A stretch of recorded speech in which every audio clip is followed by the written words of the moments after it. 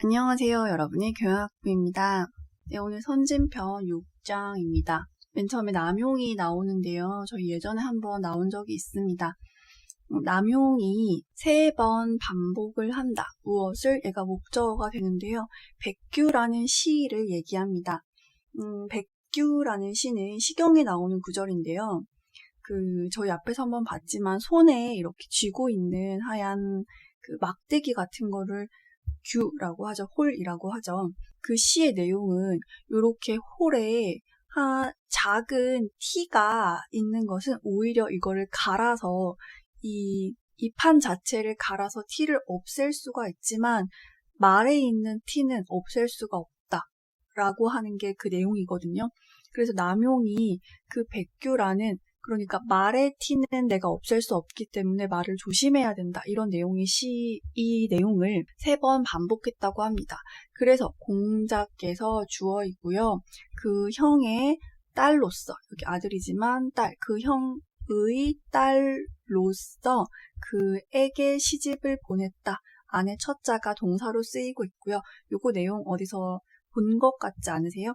저희 앞에서 공야장 편에서 이제 공자의 조카 사위인 남용의 얘기가 나오죠. 그만큼 남용이 말을 굉장히 조심하는 것을 높게 인정해서 공자가 훌륭한 사람으로 보았다라는 걸 의미하는 것 같습니다. 공자의 이렇게 굉장히 유명한 제자는 아니지만 그래도 훌륭하신 분들이 정말 많죠. 네, 다음으로 7장입니다. 맨 처음에 개강자가 나오는데요. 개강자가 주어입니다. 묻기를 제자들 중에서 누가 배우는 것을 좋아합니까? 라고 해석이 되겠습니다. 저희 요거 비슷한 내용이 앞에서 나왔었는데 혹시 기억이 나시나요? 옹야편 2장에서 애공이 똑같이 질문을 합니다. 거기서는 애공이 묻기를 제자들 중에서 누가 배움을 좋아합니까?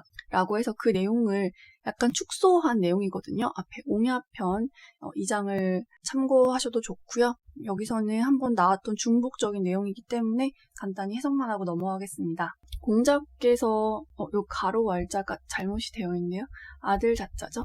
공자께서 대답하면서 말씀하시기를 안회라는 사람이 있었는데 배움을 좋아하였습니다. 이렇게 해석이 가능하고요. 그런데 불행히도 목숨이 짧아서 죽었습니다. 그래서 지금은 요거 지금 야자가 주격조사처럼 은는이가 붙일 수 있고요. 지금이면 없습니다. 망자지만 없다라는 뜻으로도 쓰이고 있죠. 네, 다음으로 8장입니다. 안연의 얘기가 계속해서 나오고 있는데요. 안연이 죽어서 안로는 안연의 아버지입니다. 안연의 아버지이고 또 역시 공자의 제자이고요. 공자보다 9살 정도 나이가 어렸다고 합니다. 안로가 청하였습니다. 뒤에 거 전체를 청하게 되는데요. 여기서 자자는 공자를 의미합니다. 선생님의 수레로 이 서이자가 여기 원래 이렇게 바꿔줘야 하는데 지금 도치가 되어 있고요. 스승님의 수레로서 그 덧너를 만들다 라고 청하였습니다. 만들어주세요 라고 청하였습니다. 할 위자가 만들다라는 의미로도 종종 쓰이고 있어요. 이것도 여러 번 보시면 아마 기억나실 텐데요. 만들다라고 쓰이고 있고요. 덧널은 말 그대로 널이라고 하는 것은 관을 얘기하는데 더해서 만든 널이죠. 덧널. 그러니까 그냥 시신을 담는 이런 관이 있으면 그거 위에 이렇게 덮는 걸 덧널이라고 하죠. 예전에도 저희 지금 고고학 쪽에서 그런 무덤들, 내용들, 고구려의 무덤, 백제의 무덤 이런 것들을 살펴보면 굉장히 신분이 높았던 그런 사람들은 이렇게 덧널이 되어 있는 걸 볼 수 있습니다. 그런데 이것도 사실 나무 혹은 돌 이런 것들을 사용할 수도 있지만 추가적으로 비용이 많이 들잖아요. 그래서 그 비용을 댈 수가 없는데도 이제 안로는 자기 아들이니까 또 공자께서 그만큼 칭송했던 아들이기 때문에 그 공자의 수레를 가지고 그 수레를 팔든지 아니면 그 수레를 가지고 만들든지 그걸 가지고 이 덧너를 만들어 주세요라고 청하게 됩니다. 그러니까 공자께서 말씀하시기를 여기 지금 제주제자가 동사로 쓰이고 있습니다. 서술어로 제주가 있든지 제주가 없든지 이렇게 해석이 되고요. 또한 각각 말할 것이다. 그의 아들이라고 말할 것이다. 라고 되어 있습니다. 이 부분은 이제 내 아들이 뭐 어땠든지 간에 내 아들이 굉장히 중요하다. 바로 얘가 내 아들이다. 라고 말할 것이다. 뭐 이런 의미가 될 수가 있겠죠.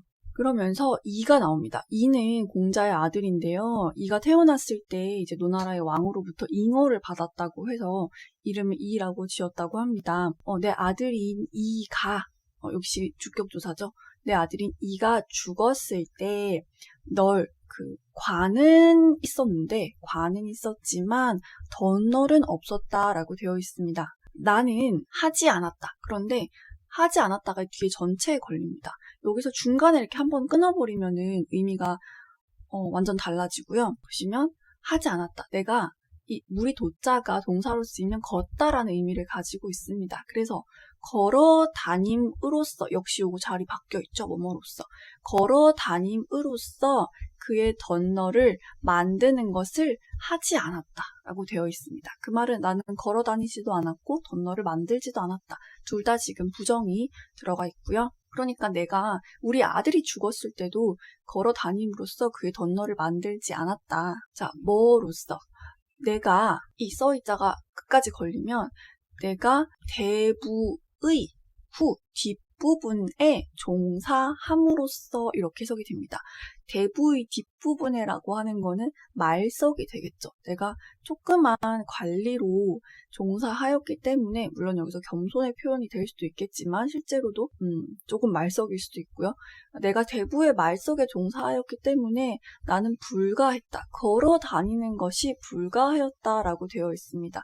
예전에는 관직의 크기에 따라서도 뭐 집도 달라지고 수레도 달라지고 그 예절도 각각 다 달라지게 되는데 내가 관리로 일을 하고 있었기 때문에 걸어 다닐 수가 없었다. 그래서 나도 내 수레를 팔아서 내 아들을 좋은 곳에 묻어주고 싶었지만 그렇게 할 수가 없었다라는 의미가 될 수 있겠습니다. 안효는 공자가 매우 아끼던 제자이긴 하지만 자신이 걷는 것이 예에 어긋나고 또 가난한 문인의 무덤에 사실 덧너를 쓴다는 것도 약간 과한 거죠. 어떻게 보면 물론 예에 어긋나는 것은 아닐 수 있겠지만 그래도 과한 거라고 생각했기 때문에 예에 어긋나지 않기 위해서 안타깝지만 뭐든지 다 해주고 싶었겠지만 이런 결정을 내렸다라고 생각이 듭니다. 네, 다음으로 9장입니다. 역시 안현이 죽으니 공자께서 말씀하시기를 희라고 하는 거는 감탄사입니다. 의미가 있는 게 아니고 요 모양 자체를 나타내는데요. 라고 해석을 했고요. 하늘이 나를 죽이는구나. 하늘이 나를 죽이는구나. 논어에서도 강조하거나 감탄문 같은 경우는 이렇게 두 번을 쓰는 경우가 종종 있었죠. 왜 안현이 죽은 것이 공자를 망치는 것과 같을까요? 공자는 안현에게 무엇을 바라고 있었을까요? 자신의 도가 후대에 전해질 수 없음에 슬퍼했을 수도 있고 아니면 정말 나의 일부, 나의 그 아들 같이 나의 일부, 나의 시간의 일부가 죽어나간 것처럼 굉장히 안타까워서 그랬을 수도 있다고 생각이 듭니다. 어떤 마음이었을까요? 네, 그 다음에 10장이고요. 안현이 죽으니 공자께서 그 곡이 매우 애통하였다라고 해석이 됩니다. 역시 주격조사로 지금 해석을 했고요. 공자의 곡이 너무너무 서럽게 정말 울었다. 그래서 종자가 따르는 사람이 말하기를 스승님 너무 많이 서럽게 우십니다. 너무 애통해 하십니다. 채통을 지키세요. 이런 의미로 말씀을 했겠죠.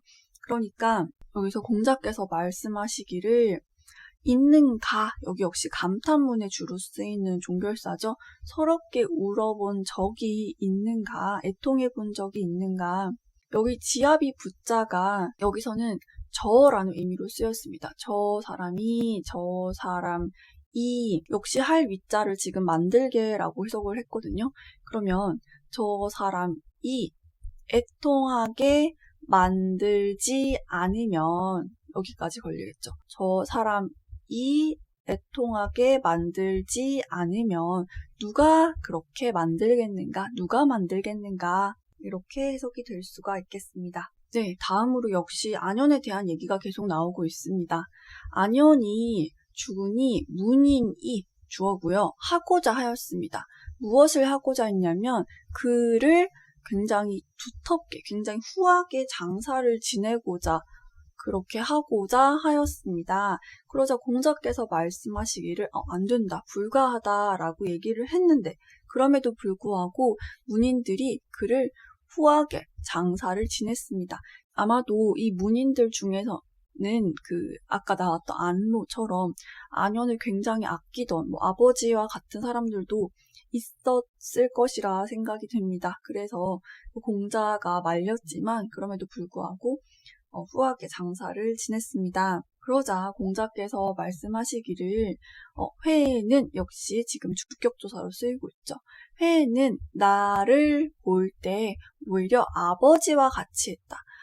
여기 오히려라는 말이 이렇게 요런 비슷한 유형의 문장에 가끔 들어가는데요. 사실 한국어에서는 이렇게 쓰는 오히려라는 말을 쓰면 조금 어색하기 때문에 해석을 안 하시는 분들도 많습니다. 안회가 나를 볼 때 아버지와 같이 했는데 나는 이 득자는 저희 초반에 좀 많이 나왔었는데 캔의 의미를 가지고 있었죠. 그래서 할 수 없다, 볼 수 없다, 오히려 아들처럼 내가 볼 수가 없구나 라고 해석이 됩니다. 그러자 내가 아니다, 내가 아니라 아까 저 기억나세요?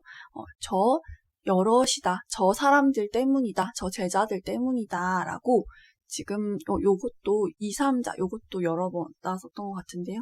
저 제자들 때문이다. 혹은 여기서 지금 내가 아니라 저 다른 제자들이다 라는 이런 해석을 하면 공자께서 이 제자들을 탓하는 내용처럼 되게 되죠. 그래서 다르게 해석을 하시는 분들도 있는데요. 이때는 나를 이 아닐 비자를 동사로 씁니다. 나를 그르다고, 나를 틀렸다고 하겠구나. 저 다른 제자들이, 안연을 장례를 치른 그 제자들이 아니라 저 다른 제자들이 나를 틀렸다고 하겠구나 라고 얘기할 수 있는데요. 이때 당시에는 사실 공자의 그 굵직한 제자들, 자로 같은 경우도 위나라에 있었고 자공은 오나라 혹은 초나라에서 이제 벼슬을 하고 있었다고 전해집니다. 그처럼 꽤 오래된, 나이가 꽤 많이 든 다른 제자들은 외국, 다른 나라에서 일을 하거나 살고 있었을 가능성이 큰데요. 그 다른 제자들, 안연의 장래에 관여하지 않은 다른 제자들이 나를 틀렸다고 하겠다라고 얘기할 수도 있겠습니다. 네, 오늘도 여기까지 살펴봤고요. 곧 장마가 끝나는데 맑은 하늘을 자유롭게 만끽하셨으면 좋겠습니다.